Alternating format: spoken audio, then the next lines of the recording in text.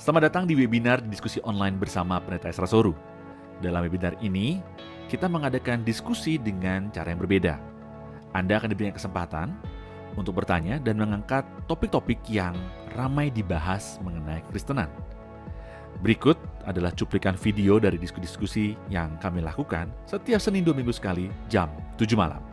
Dan bagi Anda yang ingin mendaftar, silakan Anda bisa klik link yang tertulis pada caption. Jangan lupa untuk klik dan subscribe YouTube channel Pijar TV.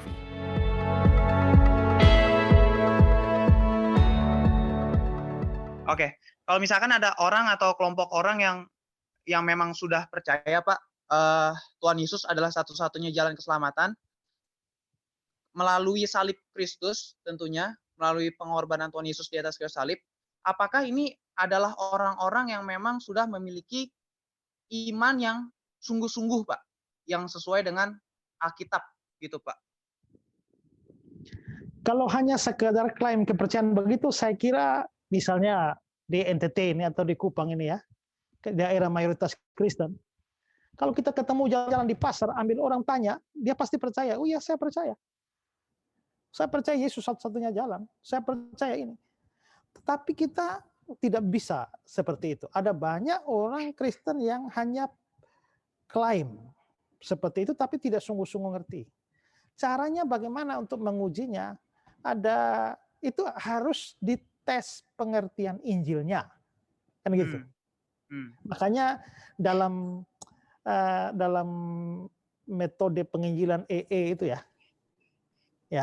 itu kan kalau kita mau nginjili orang kan terutama untuk konteks orang Kristen nanya pertama, kalau kamu mati hari ini, kamu yakin masuk surga nggak? Ya, itu pertanyaan diagnosis. Kalau dia sampai tidak yakin, sudah pasti dia Kristen KTP saja. Kalau dia tidak yakin saja dia Kristen KTP, apalagi dia yakin tidak. Karena ada yang yakin tidak masuk. Ya. Waduh, saya ini orang berdosa saya terlalu banyak, pasti saya tidak masuk surga. Itu pasti Kristen KTP. Tapi kalau dia, saya yakin masuk surga.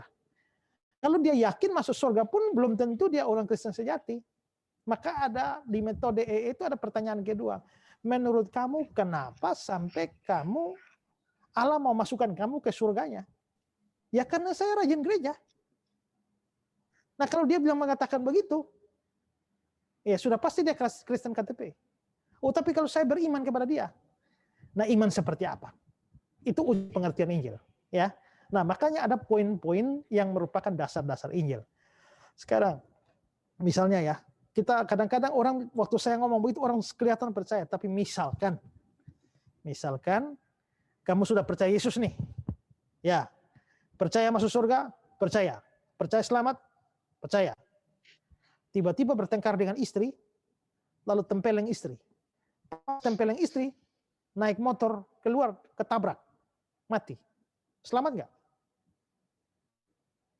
Oh dia mulai bingung sudah. Dia mulai, waduh, kayaknya enggak ya. Kalau kayaknya enggak, artinya pengertian Injilnya belum benar. Ya, nah karena itulah, maka menurut saya harus nguji. Paling dasar itu nguji pengertian Injil. Nanti setelah itu baru kita lihat juga di buah. Karena kalau orang sungguh percaya kan Roh Kudus ada, ya, maka menghasilkan buah roh, ada kerinduan rohani yang benar, ada kerinduan untuk memenangkan jiwa-jiwa. Jadi kalau bicara terus, gerejanya khotbah terus, Yesus satu-satunya jalan, tapi nggak pernah nginjil, ini hanya klaim di mulut saja belum jadi jaminan. Ya, jadi menurut saya harus ada, tapi tes paling bagus itu adalah uji pengertian Injil. Ya. Boleh tanya selanjutnya, Pak? Kalau pemahaman saya nih, Pak ya, pemahaman saya kalau di dalam Alkitab sendiri aja, menurut saya membaca tuh emang ada beberapa orang-orang percaya yang katakanlah sudah selamat gitu ya, Pak ya. Ya. Tetapi dia nggak tahu karena mungkin pengajaran pendetanya yang salah atau pengajaran gembalanya yang salah, sehingga dia sendiri nggak yakin gitu, Pak, diselamatkan. Karena gini, karena katakanlah dia percaya nih Tuhan Yesus adalah juru selamat dia. Tetapi ada pengajaran yang mengatakan, keselamatan itu gratis melalui Tuhan Yesus. Tapi engkau harus jaga keselamatan itu dengan perbuatan baik. Misalkan seperti itu, Pak. Nah, ini kasusnya adalah ini adalah orang-orang yang sungguh-sungguh percaya gitu, Pak, kepada Tuhan Yesus. Tetapi dengan pemahaman yang mungkin diajarkan oleh pendeta yang belum paham, belum, misalkan ini bukan orang Calvinisme gitu, Pak, bukan orang Calvinisme, tapi Arminian gitu, misalkan yang tetap menjaga keselamatan gitu, Pak. Nah, ini bukankah orang-orang yang katakanlah sudah percaya Tuhan, tapi masih berkemungkinan dia tidak tahu bahwa dirinya selamat, itu bukan karena dia nggak percaya Tuhan, tapi karena pengajaran teologinya yang keliru gitu, Pak. Contohnya di dalam kalau saya bisa kasih ayat itu, Pak. Baik, Pak Yusuf, pertanyaannya boleh langsung? Dalam 1 Yohanes 5 ayat 13 gitu, Pak ya. 1 Yohanes 5 ayat 13. Di situ Yohanes nulis bahwa ada orang-orang yang belum tahu dirinya selamat, padahal dia udah percaya sungguh-sungguh kepada Tuhan Yesus gitu, Pak, kepada anak Allah gitu, Pak.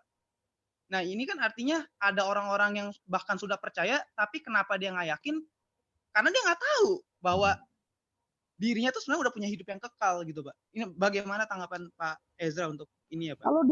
Kalau dia percaya secara benar, lepas dari pengertian, saya percaya dia tetap selamat. Kenapa? Yang penting adalah pengertian dasar. Pengertian dasar. Kalau semacam dia disuruh bahwa kamu harus jaga ini, sebenarnya memang dia punya pengertian yang salah, tapi sepanjang dia sungguh-sungguh percaya Yesus sebagai juru selamat yang menjadi penebus dari dosa, menurut saya dia tetap selamat. Sekarang misalnya itu penjahat di samping Yesus itu, ya, hari ini engkau bersama-sama dengan aku di Firdaus, pasti pengertiannya juga tidak terlalu lengkap, tapi dia percaya Yesus itu akan datang sebagai raja. Dia percaya ada hidup setelah mati. Dia percaya bahwa Yesus orang benar. Nah, dengan keterbatasan seperti itu, dia tetap diselamatkan. Jadi bukan berarti dia harus mengerti segala macam doktrin yang pelik-pelik, tapi apalagi yang sifatnya kontroversial. Tapi yang penting dasar bahwa dia orang berdosa, dia tak mungkin diselamatkan dengan perbuatan baiknya, dia hanya butuh anugerah Tuhan untuk diselamatkan melalui karya Kristus di atas kayu salib. Sederhana Injil itu. Kalau percaya seperti itu, saya percaya selamat. Nah, persoalan kadang-kadang orang, misalnya orang Arminian selamat nggak? Ada yang bilang tidak selamat, tapi saya nggak setuju. Saya percaya, saya mantan orang Arminian. Ya, saya percaya bahwa mereka diselamatkan. Hanya persoalan bukan pada selamat atau tidak selamat, tapi pada konsistensi berteologia. Hanya di situ saja. Terima kasih, saudara sudah menyaksikan cuplikan diskusi bersama Pendeta Ezra Soru.